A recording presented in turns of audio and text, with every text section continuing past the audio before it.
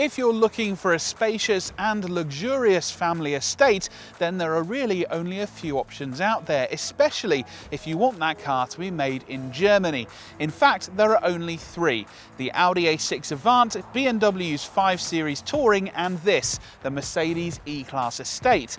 Now, as its name suggests, the E-Class Estate is a stretched version of the E-Class Saloon, a car which we've already been very impressed by. But if you look towards the rear, you'll see it has a much bigger boot, and that means that as well as ferrying your family around in style, you'll also be able to take all of their luggage.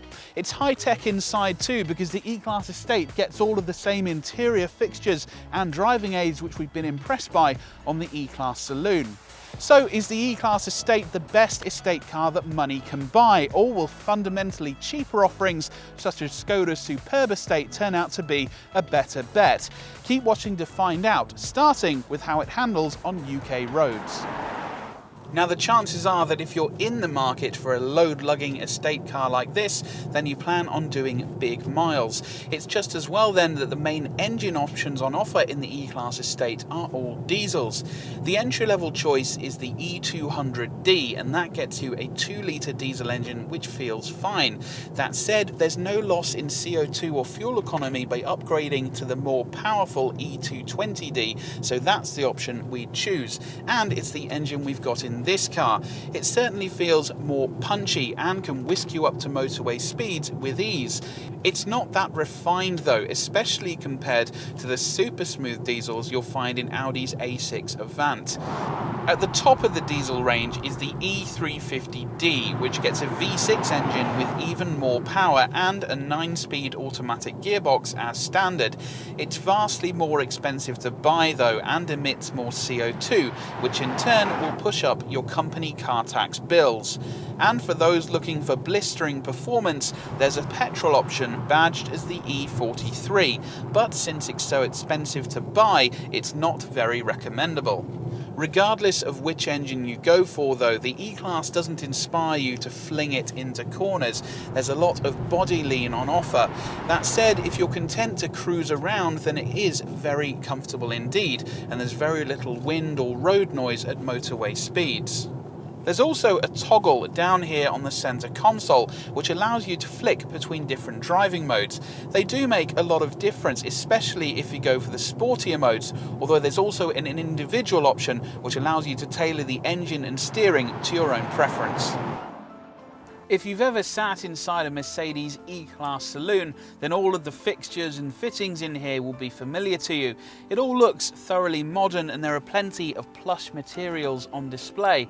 Although that said, parts of this dashboard do look a bit flimsy, and they even flex and make a sound if you poke them hard enough. Finding a comfortable driving position is easy though, thanks to this seat which adjusts electrically, and this steering wheel which adjusts for height as well as for reach, again on this car electrically. It's only slightly disappointing though that adjustable lumbar support is an optional extra on our recommended SE models. Elsewhere though, everything in this interior feels plush. There's all of these buttons along here for the various driver aids, and the command infotainment system down here on the center console. Modern infotainment systems play a big part in making a family car a success. These need to be sharp, easy to use, and offer plenty of features. And the latest version of Mercedes' Command infotainment system is just that. Even though for our money BMW's iDrive system offers a more complete package, there are still plenty of features to this Command system worth noting. As standard on this E220D model, you get an 8.4-inch screen with Garmin SatNav, but we recommend that you upgrade to the larger 12.3-inch screen and Mercedes' own Command system. Now, if you've teamed that with the virtual instrument cluster which we've got here, then it really does change the look and feel of the dashboard, and it really does make a big difference. Let's find my phone and go to telephone. We're going to first of all connect a device, and we're going to connect a new phone. If I go to Bluetooth, should now be the, yes, there it is straight away, Mercedes-Benz Bluetooth. It's asking me to pair my phone. There we go. Yes, that all matches. And if we give it a second, excellent, that's all worked, and that means I can now make calls and play my music from my phone, crucially while keeping my eyes and attention on the road. Although alternatively, this car does come with Apple CarPlay and Android Auto if you want to go down that route. Secondly, let's see how easy it is to set a destination in the car's sat-nav. So if I scroll over to navigation and use this rotary dial to select destination and enter destination. I'm now going to use this touchpad, which, like other modern systems, can recognise your handwriting. And as ever, I'm going to aim for offices in Twickenham. So if I start writing TW, it's found Twickenham very quickly. So let's select that.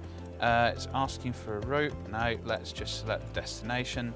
It's then going to start calculating. The route is being calculated. Now this map display is very graphically rich and it's very easy to use, but one of the features of this virtual instrument cluster is that you can put that display into your direct field of vision. So if you've got the family around you and they're choosing their media stations, you can keep your eyes on the road.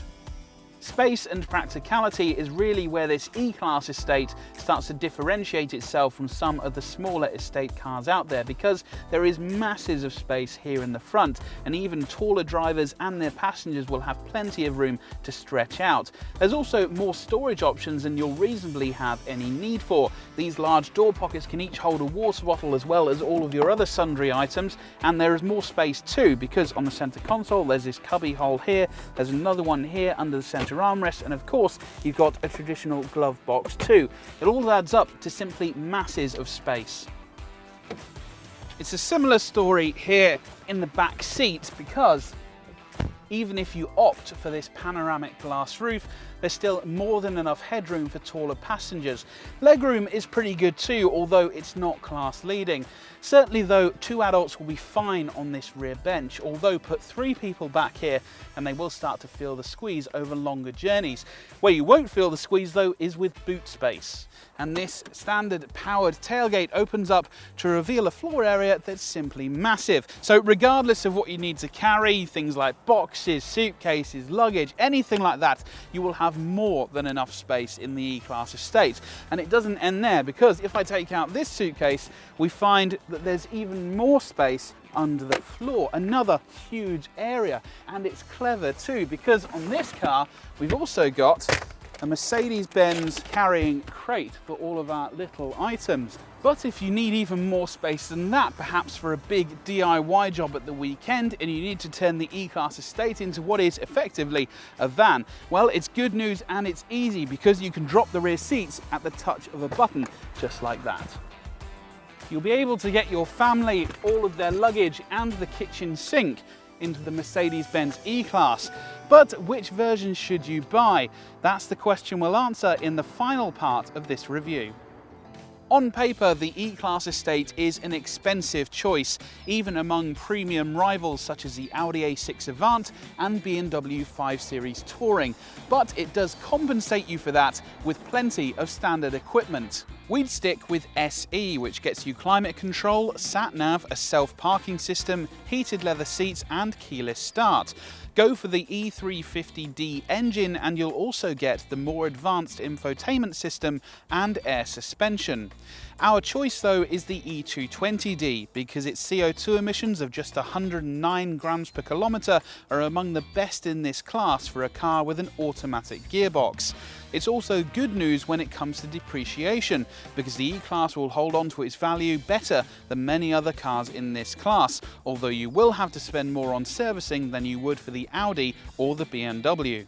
Euro NCAP has yet to test this car, but given that it comes with automatic emergency braking as standard, as well as 7 airbags and an active bonnet to help protect pedestrians, you can bet that it's very safe indeed.